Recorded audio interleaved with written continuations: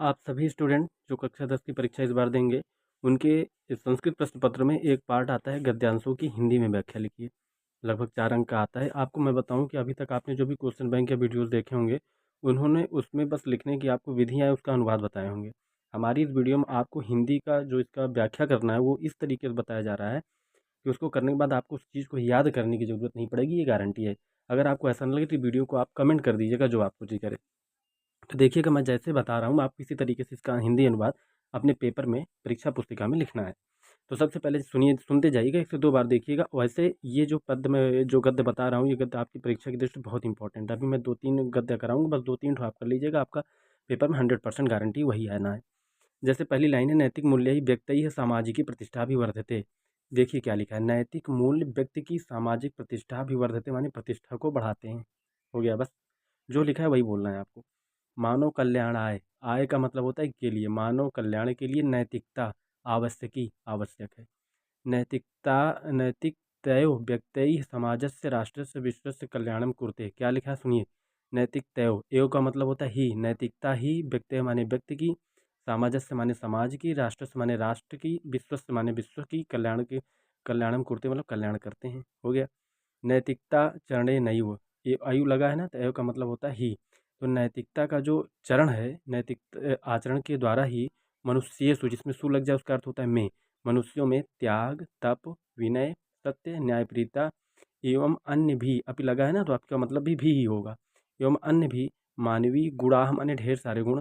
तो आपको क्या लिखना है, मानवीय गुण उत्पद्यन्ते मतलब उत्पन्न करते हैं। तो मैं जैसे बताऊं बस आपको ऐसे ही लिखते जाना है, ध्यान से मिलाइए कि पूरी वही लाइन बोल रहा हूँ जो उसमें लिखा हुआ है। नैतिकतया, या लगा है ना तो के लिए, नैतिकता के लिए मनुष्य या नैतिकता के द्वारा ही मनुष्य अन्य प्राणीभ्य मतलब प्राणियों से भिन्न जायते मतलब भिन्न हो जाता है। तदाचरणेन मतलब इसी आचरण के द्वारा व्यक्ति समाजस्य माने समाज की और जीवन में अनुशासित, चाहे आगे लगा तो चाहे पहले बोलना है, और निष्कंटक होता है। व्यक्ति माने व्यक्ति की, समाजस्य माने समाज की, वर्गस्य माने वर्ग की, और चाहे आगे है तो आपको पहले बोलना, और देशस्य माने देश की, समुन्नयन उसकी समुन्नयन का मतलब उन्नयन आगे बढ़ना का अवसर प्राप्त होता है।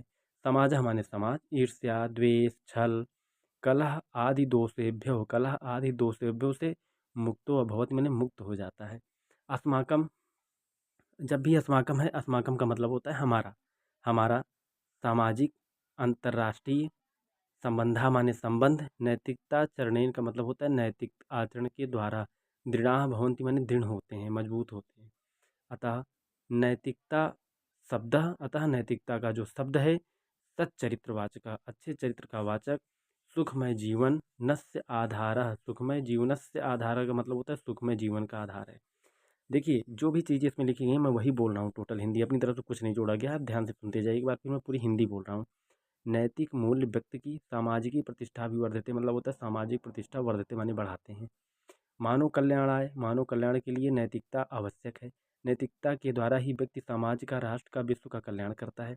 नैतिकता के आचरण से ही मनुष्यों में त्याग, तप, विनय, सत्य, न्यायप्रियता एवं अन्य भी मानवीय गुण उत्पन्न होते हैं। नैतिकता के द्वारा ही मनुष्य अन्य प्राणियों से भिन्न हो जाता है।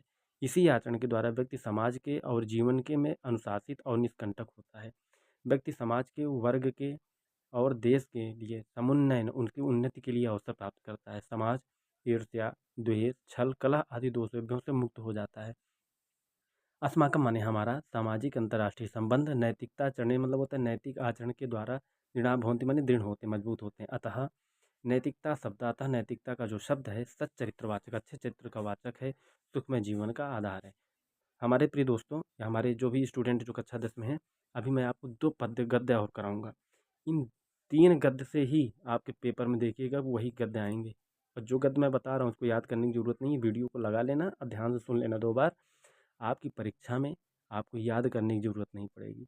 यहाँ पर सिखाया जाता है, आपको पढ़ाया नहीं जाता, रटाया नहीं जाता। यहाँ पर मैं आपको सिखा रहा हूँ संस्कृत, याद नहीं करना पड़ेगा आपको। इस हिंदी को, जो संस्कृत वर्ड लिखा है इसको आप पढ़ते जाइए, और जैसे मैं हिंदी बोला हूँ उस हिंदी को उससे मैच कराते जाइएगा। अगर ये चैनल आपको इस चीज़ के लिए तैयार कर देगा, कमेंट करके एक अच्छा सा कमेंट आप लिख दीजिएगा।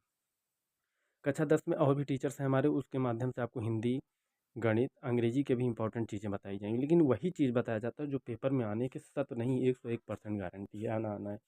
तो हिंदी ये संस्कृत पार्ट है। ये संस्कृत में नैतिक मूल्य में जो गद्यांशों की व्याख्या जो आ रही है उसका पार्ट है ये पहला है। आपको अभी 2 गद्य मैं और दूंगा, उन्हीं दोनों गद्यों के माध्यम से आपके पेपर में प्रश्न आना तय है। इन्हीं 3 में से कोई एक गद्य आ जाएगा। और इसको देखना हो तो आप पेपर जब दे के आएंगे तो कमेंट करके खुद बताइएगा। ये बहुत इंपॉर्टेंट है, इसे आप करिएगा। अगर ये वीडियो आपको अच्छी लगी हो, आपके याद करने में ये सफल साबित हुई हो, तो एक अच्छा सा कमेंट आप जरूर करिएगा। मिलते हैं नेक्स्ट वीडियो में एक नए गद्य के साथ। तब तक के लिए सुप्रभात।